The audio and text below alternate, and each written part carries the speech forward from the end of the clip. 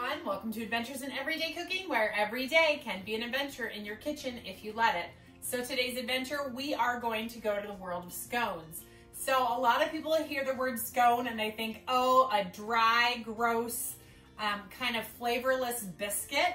But I'm here to tell you that today's scones are not that. And to top it off, bonus, they're gluten-free. I know some of you are like, oh no, another gluten-free recipe.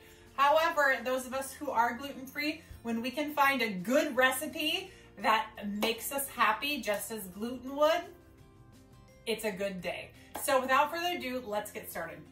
So we're gonna actually make our scones in our food processor. If you don't have a food processor or you don't wanna dirty your food processor, you can make it with a pastry blender or something like that, but I prefer using my food processor when I need something blended like a pastry. So first thing we're going to do is we're gonna add all of our flour into our food processor. We are then going to add all of the other dry ingredients. So I have here a zest of 1 lemon, some baking powder, some baking soda, and some salt. So we're just gonna put all of that in there. Right, and we're just gonna give that a few quick pulses just to incorporate everything kind of like together. And then we are gonna go ahead and add our butter. All right, and my butter is very cold because you want the food processor to crumble it just like it would when if you were making it into with a pastry blender. My brain. Okay, now we're just gonna pulse it until it kind of looks like a fine crumble.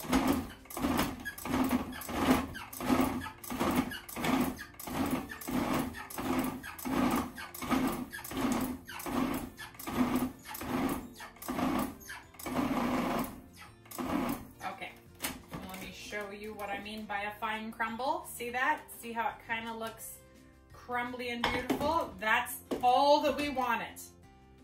That's it. That's all that we want it.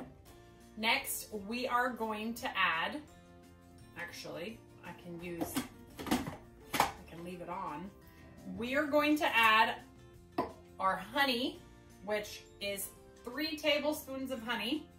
I'm just gonna put it right through the chute here and pop it right in. Use my little scraper to scrape it all off. Do you see how cool this thing is? All the honey comes out. And then we're gonna add 3/4 of a cup of heavy cream or any type of milk that you want. I know for a fact you can use coconut.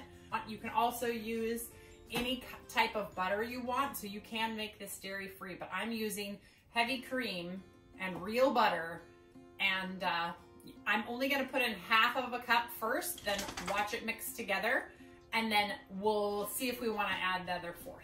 All right, so here we go.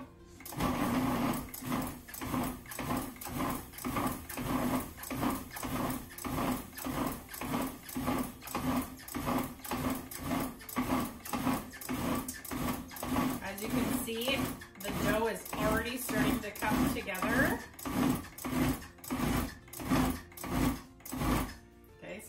Nope, I still have about another 1/4 to go. I'm just going really slow. The part I love about this recipe is that it's so fast, so easy to make, and it's so fast, so fast. All right, there's a little less than 1/4 left.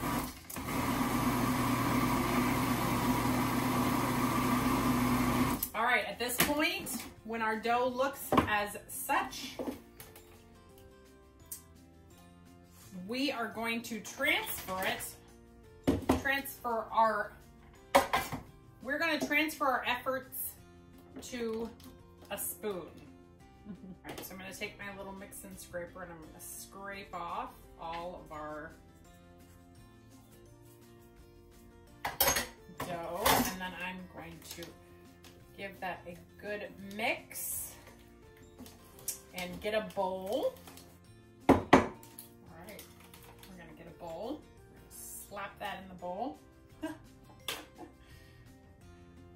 Things are just flying over here.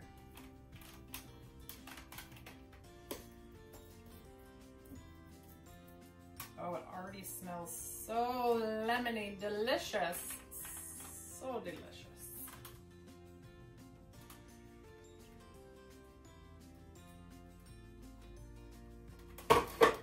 All right, and once it's in the bowl, we're gonna add our lemon extract, and then we are gonna add our blueberries. I'm using a reconstituted dry blueberry. Basically, that's only because I didn't have any fresh blueberries on hand today. But to reconstitute my dried blueberries, I usually soak them in some warm water for a little while, or I put them in the microwave with the water in a measuring cup and then heat it up for 1 or 2 minutes until the blueberries start to plump a little. And then you have basically pretend fresh blueberry. And now we're gonna shape it into scones. So we have a prepared baking sheet here. We did preheat the oven to 400 degrees. So that is ready to go back there. And then I'm just gonna scrape this all into a nice blob and stick it right on my baking sheet. Seems silly, huh? But this is what we do. Now you can do 2 things. Before you shape it, before you stick it on the baking sheet, you can portion it out and put it into little circle scones, but we're gonna make the traditional round scones that you cut with a knife. You cut in kind of triangles because it's easier. It's easier, and we like easy in this house. We may like to adventure, but we like easy when we're waiting for breakfast and coffee, which I made myself a coffee in the Keurig a little bit ago, and then it's sitting right over there. I'd really like to drink it, so I'm really glad that this recipe is nearly done. Okay, let me wash my hands and then I'll get a knife. All right, I'm back. I've washed and I have my knife. 2 things I want to mention. Number 1, you can see I did not use the other 1/4 of a cup of cream, and that's because my dough was already wet enough. Sometimes when you measure, when we Americans measure our flour, we measure by cup, and most of the Europeans measure by weight.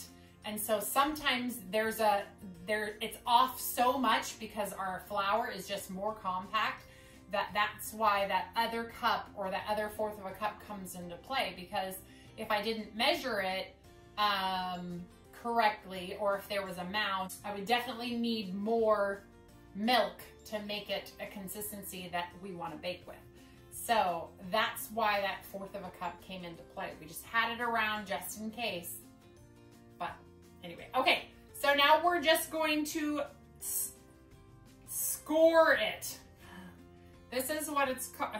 We're not actually cutting it, but we are cutting it, but we're not cutting it. It's just very, very confusing. We're cutting it. So we're just gonna cut it. We're just gonna say cutting it.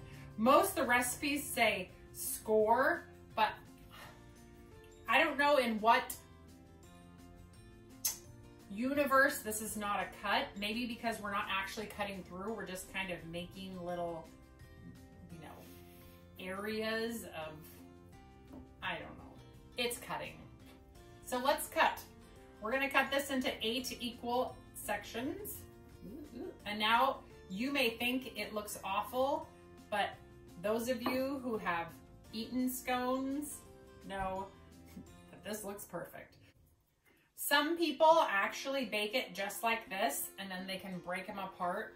However, I'm gonna actually move mine apart from each other because I would like them to be in little individual triangles. So you could do this with a spatula or a turner of some sort, but using my knife, since my knife is already dirty, is perfect. And as you can see, they're staying in their little triangular shape just fine. So we're just moving them about the pan like so. And any dough that's left behind, you can just press it onto the friend dough. It's a forgiving dough. And if you don't like the way where a blueberry is, move it to a different spot. Just like that.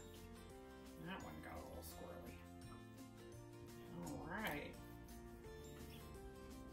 Okay, look at that, beautiful. Okay, now we are going to sprinkle these with a little sugar, and then into the oven they will go.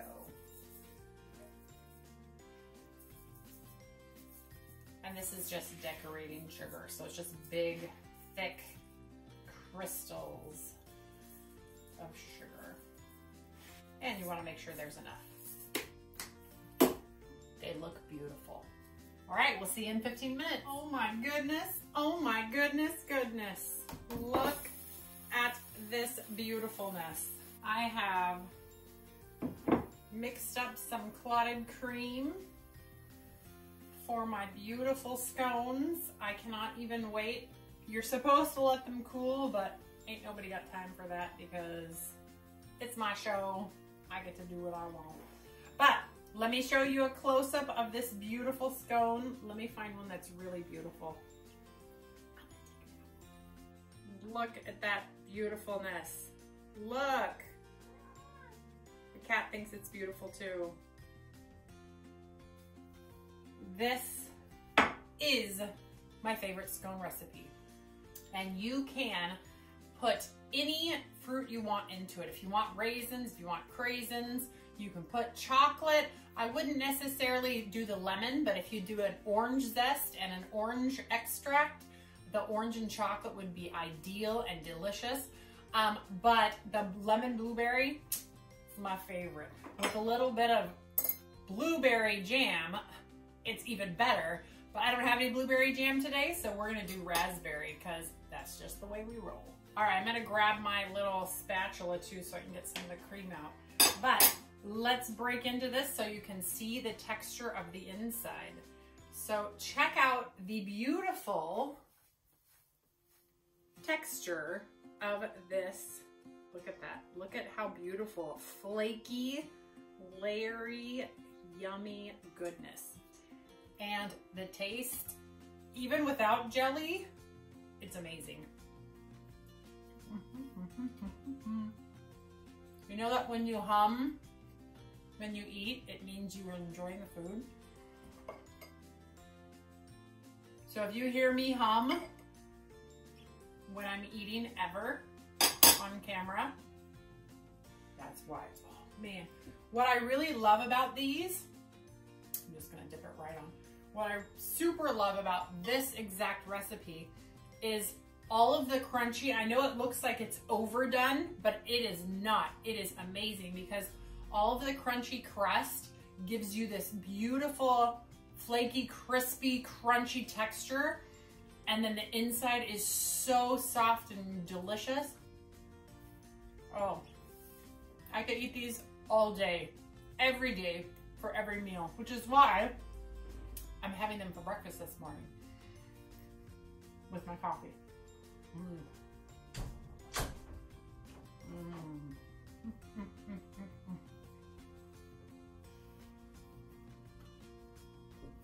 I'm telling you, this is the best scone you will ever eat. Ever. Especially the best gluten-free scone you'll ever eat. Ever. All right, I'm not gonna sit here and eat all these in front of you because I might. So I'm gonna go ahead and get off of here, get all packed up and on my way to the airport. But I hope you enjoyed this adventure in everyday cooking.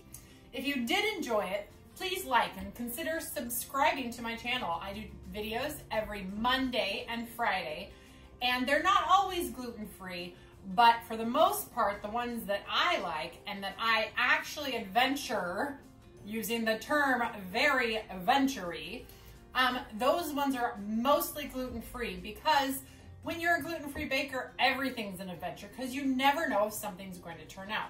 But if you are a gluten-free baker, you should try this recipe.